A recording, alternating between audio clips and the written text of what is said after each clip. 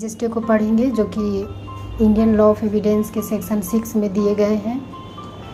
Race register शब्द का जो प्रयोग है वो भारतीय साक्ष्य अधिनियम में कहीं नहीं किया गया है, बल्कि ये इंग्लिश लॉ ऑफ एविडेंस में इस शब्द का प्रयोग किया गया है। रेस रजिस्टर का मतलब होता है एक ही समव्यवहार के भाग होने वाली घटनाएं, यानी कि एक ही समव्यवहार के भाग होने वाले तथ्यों की सुसंगति से है। इंडियन लॉ ऑफ एविडेंस के सेक्शन 6 में जो थ्योरी दिया गया है उसी को ही हम मुख्य रूप से रेस रजिस्टर के नाम से जानते हैं। तो सेक्शन 6 में क्या प्रोविज़न दिया गया है कि ऐसा तथ्य जो विवादक तथ्य नहीं होते हुए भी विवादक तथ्य से इस प्रकार कनेक्टेड है कि वे एक ही समव्यवहार के भाग माने जाते हैं, तो वैसा तथ्य सुसंगत होगा, रेलिवेंट होगा, चाहे वैसा तथ्य एक ही समय एवं स्थान में घटित हुआ हो या फिर अलग अलग समय एवं स्थान में घटित हुआ हो।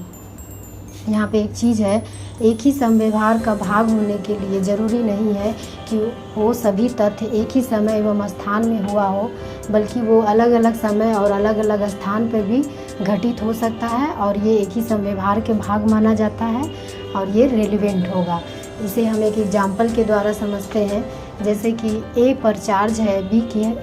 की पिटाई करके उसकी हत्या करने का। तो जिस समय ए और बी और वहाँ पे पास खड़े लोगों के द्वारा जो भी घटना के समय पिटाई के समय या इमीडिएटली पहले या इमीडिएटली बाद जो भी कुछ मतलब कहा गया या किया गया वो उसी समव्यवहार का भाग माना गया, यानी कि सेक्शन 6 के तहत ये रेलिवेंट माना गया।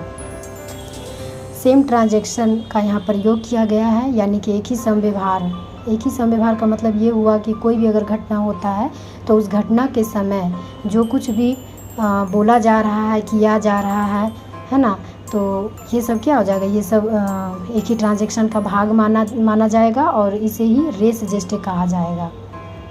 तो ये रेस रजिस्टर हो गया। और यहाँ पे एक शब्द और है कि एक ही समव्यवहार होने के लिए ज़रूरी नहीं है कि एक ही जो तथ्य है, जो फैक्ट है, सभी फैक्ट एक ही समय एवं स्थान पर हुआ हो, बल्कि ये अलग अलग समय एवं अलग अलग स्थान पर भी घटित हो सकता है। तो इसे हम एक एग्जाम्पल के द्वारा समझते हैं। जैसे कि एक पर्सन है, उस पर एलिगेशन रहता है उसकी अपनी पत्नी की हत्या स्लो पॉइजन देकर करने की। पता चलता है कि वो मेडिसिन का 3 डोज देता है और तीनों डोज अलग अलग समय में और अलग अलग जगहों पर देता है, लेकिन जब तीसरा डोज देता है तब जाकर उसकी पत्नी की मृत्यु हो जाती है। यानी कि पहला डोज और दूसरे डोज में उसकी पत्नी की डेथ नहीं होती है, बल्कि तीसरा डोज देने पर उसकी पत्नी की डेथ होती है। जब अलग अलग डोज को देखा गया तो यहाँ पे क्या पता चलता है कि फैक्ट इशू को तो प्रूफ नहीं कर रहा था, यानी कि कहीं से भी पता नहीं चल रहा था कि वो जहर दे रहा था, लेकिन ये देखा गया कि जब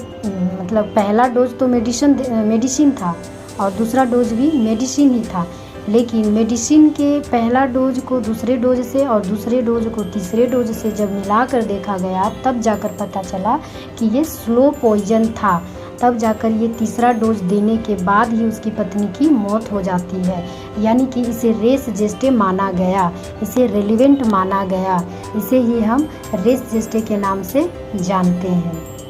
तो आई होप कि आप लोगों को अच्छे से समझ में आ गया होगा। तो आज के लिए बस इतना ही।